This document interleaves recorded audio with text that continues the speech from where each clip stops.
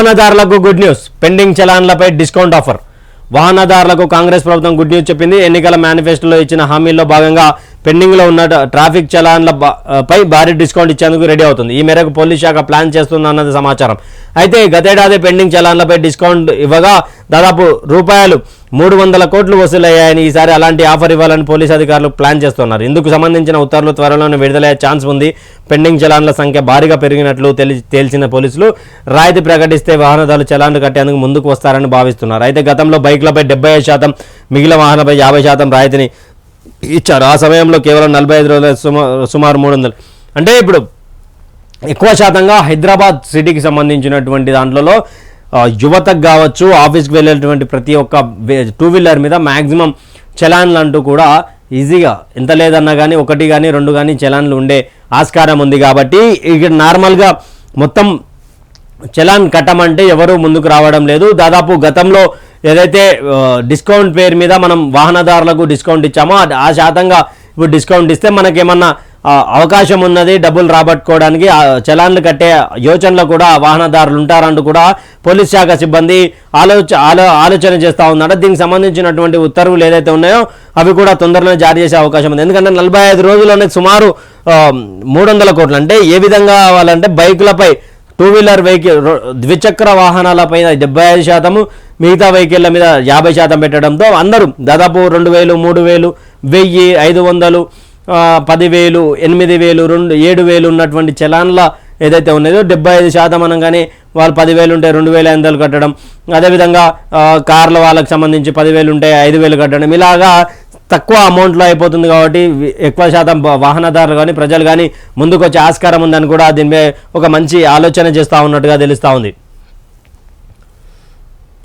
డబ్బులు పెట్టి నిలబడాలా CM sir, ladies కోసం స్పెషల్ బస్సులు వేయండి లేదా టికెట్ కొన్న పురుషులకు సీట్లు రిజర్వ్ చేయండి. ఆర్టీసీ బస్సుల్లో పరిస్థితిపై ఓ వ్యక్తి వీడియో సోషల్ మీడియాలో వైరల్. రాష్ట్రంలో అధికారంలోకి రాగానే మహిళలకు బస్సుల్లో ఉచిత ప్రయాణం కల్పించేందుకు అమలు చేస్తున్న మహాలక్ష్మి పథకంపై భిన్నాభిప్రాయాలు వ్యక్తమవుతున్నాయి. స్కీమ్ అమల్లోకి వచ్చిన తర్వాత బస్సుల్లో మహిళా ప్రయాణికుల రద్దీ పెరగడంతో పురుషులకు సీట్లు దొరకడం లేదని కొందరు ఆవేదన వ్యక్తం చేస్తున్నారు.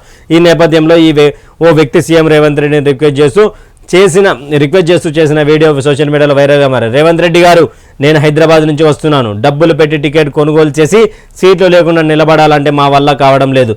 అందుకే మహిళలకు స్పెషల్ బస్సులు వేయండి లేదా టికెట్ కొని ప్రయాణించే పురుషులకు సీట్లు ఏర్పాటు చేయండి అంటూ తన ఆవేదన వ్యక్తం చేశాడు. జెన్యూన్గా ఈ అన్న ఎవరైతే ఉన్నారో వీడియో తీసినటువంటి అన్న, ఆ అన్న కోరిన కోరిక ఉడక పెద్ద కోరికేం కాదు.